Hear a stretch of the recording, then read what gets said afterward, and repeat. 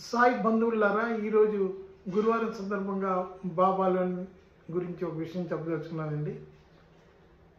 కాకా మహాజని అనే భక్తుడు గోకులాష్టమోత్సవం చూడాలని బొంబాయి నుండి ఎంతో హుషారుగా బాబా దగ్గరికి చేరుకుంటాడు. ఒక వారం రోజులు షిర్డీలో ఉండాలని కోరికతో వస్తాడు. కానీ బాబాని దర్శించిన వెంటనే బాబా ఎప్పుడు ఇంటికి వెళ్తావని అడుగుతారు. అతను నిర్ఘాంతపోతాడు. నేను వారం రోజులు ఉండాలని వస్తే ఏంటి బాబా వారు ఎప్పుడు వెళ్తామని అడుగుతారని.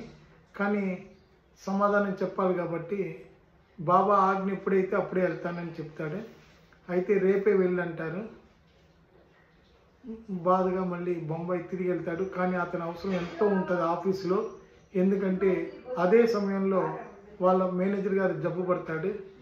ఇతనికి షిర్డీకి కూడా ఉత్తరం రాస్తారు అతనికి ఒంట్లో బాగోలేదని.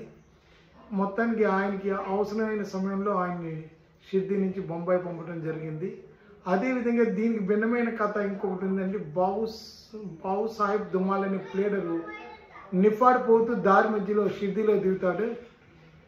షిర్డీలో దిగితే బాబా అతన్ని వారం ఉండేటట్లు చేస్తాడు. అదే ఊరిలో వాళ్ళు మేజిస్ట్రేట్కి కడుపు నొప్పి వచ్చి వారం రోజులు సెలవు పెడతాడు.